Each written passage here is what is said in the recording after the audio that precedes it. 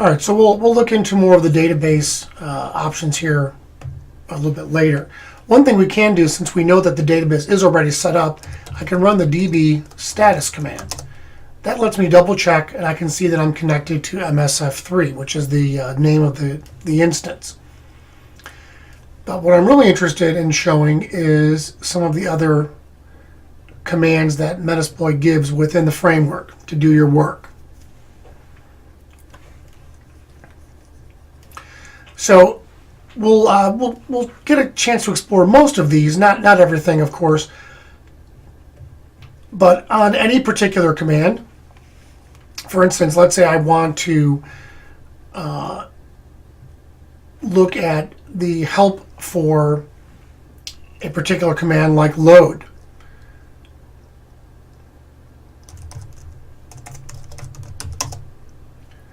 I just type help and the name of the command, and it tells me a little bit about it. Gives me some extra information. I can try this for another command like loot. We'll get a chance to look at what loot does a little bit later as well. But you get the basic idea. So you have some usage information, some command line options while you're inside the framework itself. Some of the other commands to think about. Once we are using the tool, I will kind of demonstrate some of the commands as we go. But a quick scan of the help directory gives you an idea of some of the possibilities. We can do things like load a payload. We can use an exploit. We can connect to a command shell. We can send a process to the background if we want to. There's lots of different possibilities here. All right, so we're going to poke around the interface a little bit more. I'm going to just kind of simulate the beginnings of doing some other kind of exploit work, just to show how some of the features of the interface work. For instance, I could decide I want to do a search for a particular type of exploit. So I can run the search command, and the one I want is going to contain the text reverse_TCP. That should turn up a lot of actual choices. And one of the ones I might be interested in among all the available options here is this one. Reverse TCP shell to a Windows machine. We can see that its ranking is normal. It's a Windows command shell. Reverse TCP stager. We'll talk about what that means a little bit later. But these rankings help me to decide if the payload that I want to use has an excellent chance or a good chance or a great chance of being successful. Most of these are showing up as normal. Sure, if I were to scroll, so I've got some here that are average, some that are good. But the one that I want to use as an example, we'll just go ahead and use this normal one. So I'm going to right click, copy that, and I can paste it right in. Go ahead and use that. Now you'll notice that the prompt changes to red. This shows me that I'm in the payload reverse TCP for Windows. I'm going to use the back command to back out of what I just did to show you a different way to do this. Maybe I have some idea of what the payload or the exploit is, so I can just start typing and use tab complete. So PAY, tab, I get payload. Start typing Windows, hit tab, I get Windows. I know it might be in the shell directory, and it's probably reverse. Now it looks like I have more than one option here, so I'll just start typing T, I hit tab, I get reverse TCP. All right, so now I've got the payload ready to configure. One of the powerful commands is the show command. Show lets you look at lots of different things. If I run show without any arguments, I'll get every single payload, every single exploit, pretty much all of the framework functionality. I can also narrow that down by running show to just show me exploits or show me payloads or show me no operations or NOPS information. I can also run show options if I want to see the options for this particular exploit. So it looks like what it's looking for is an exit function. Some of the options are predefined. Some options are not. So, for instance, lhost stands for local host, lport for local port. A lot of options that you'll see will have our host for remote host or our port for remote port. But in this case, I've just got lhost to deal with. And the way that I can put a value in, or put a setting into this option is to use the set command.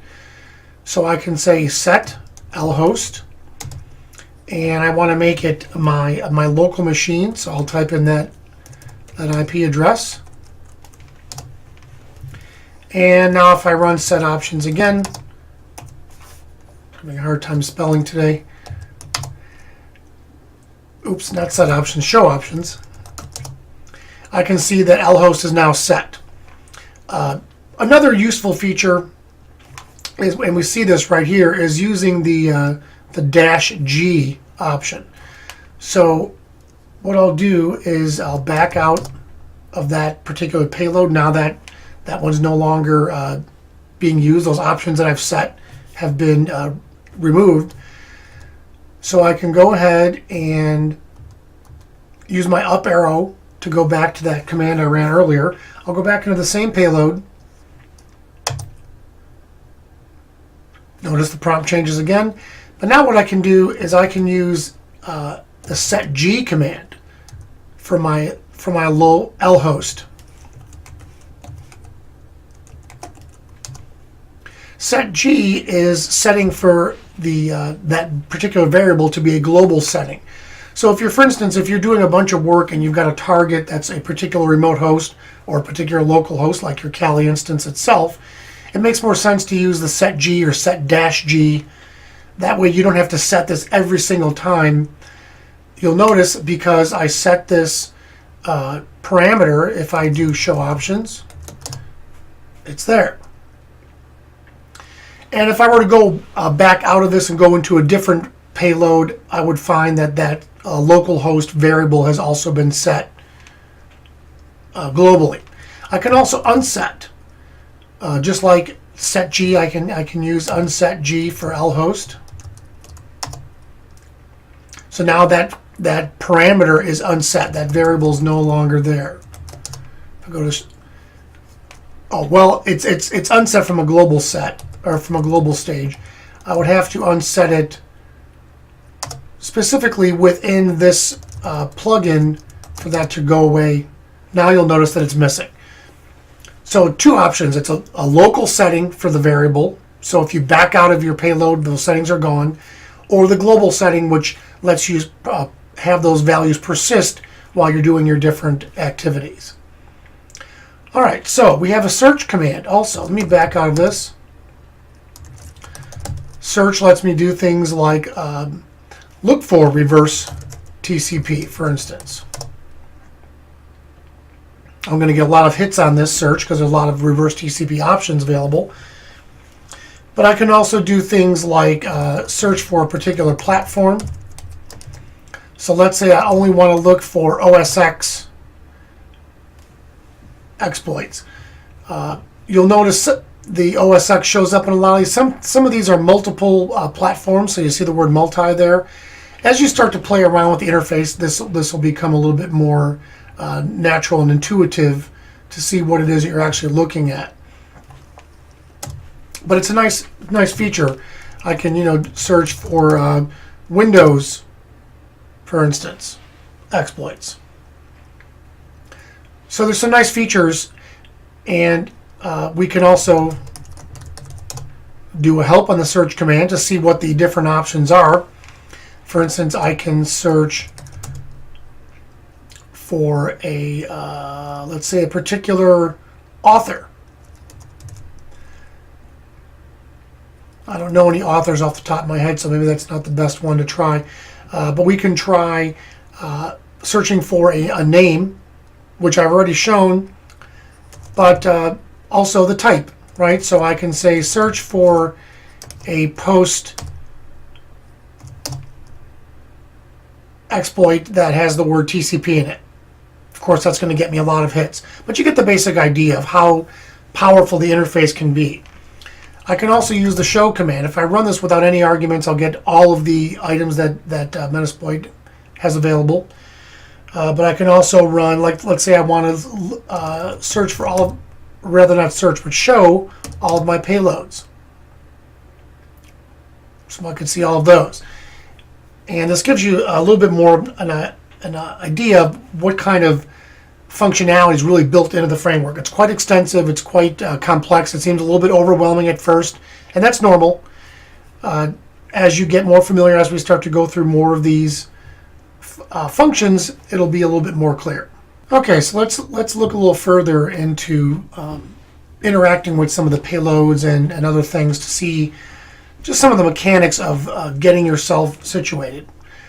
We'll go into more detail, of course, a little bit later as to how to select your target and what vulnerabilities to look for. All right, let's say my endpoint system, maybe there's a suspicion that there might be an Excel vulnerability I can exploit. Maybe I know that it's a Windows system and I can take advantage of that. So one of the things I can do is I can do a search for Excel. And I've got one here that looks to be good rank. Microsoft Excel malformed feat header record vulnerability. So this one looks good. I'm going to go ahead and use this. So I'll type use. Remember, I can just start typing and do tab complete. Exploit, win, tab complete, file, format, MS09, and eventually I'll get there. Or just copy and paste whatever you think is faster for your own use. All right, so I'll go ahead now. I'm in this feat header exploit, and I can show my options as we've seen before, just to see what's available to me. I can also do some other interesting things. I can show my targets. So what are the applicable targets for this particular exploit? So I can see I've got Microsoft Office 2002, 2003, 2007. So there's some interesting options there. I can also show the payloads that this particular exploit might use. So there's a lot of different choices for this particular payload that I can attach to my exploit to take advantage of this vulnerability. I might be able to also find some advanced options for this particular exploit. So there's my exploit again, and I've got other things here like the payload handler, the different encoding methods, and so on. So there's lots of options. Show evasion, that's not going to show me anything for this particular one, but it gives me some clues for IDS evasion that we'll explore a little bit later.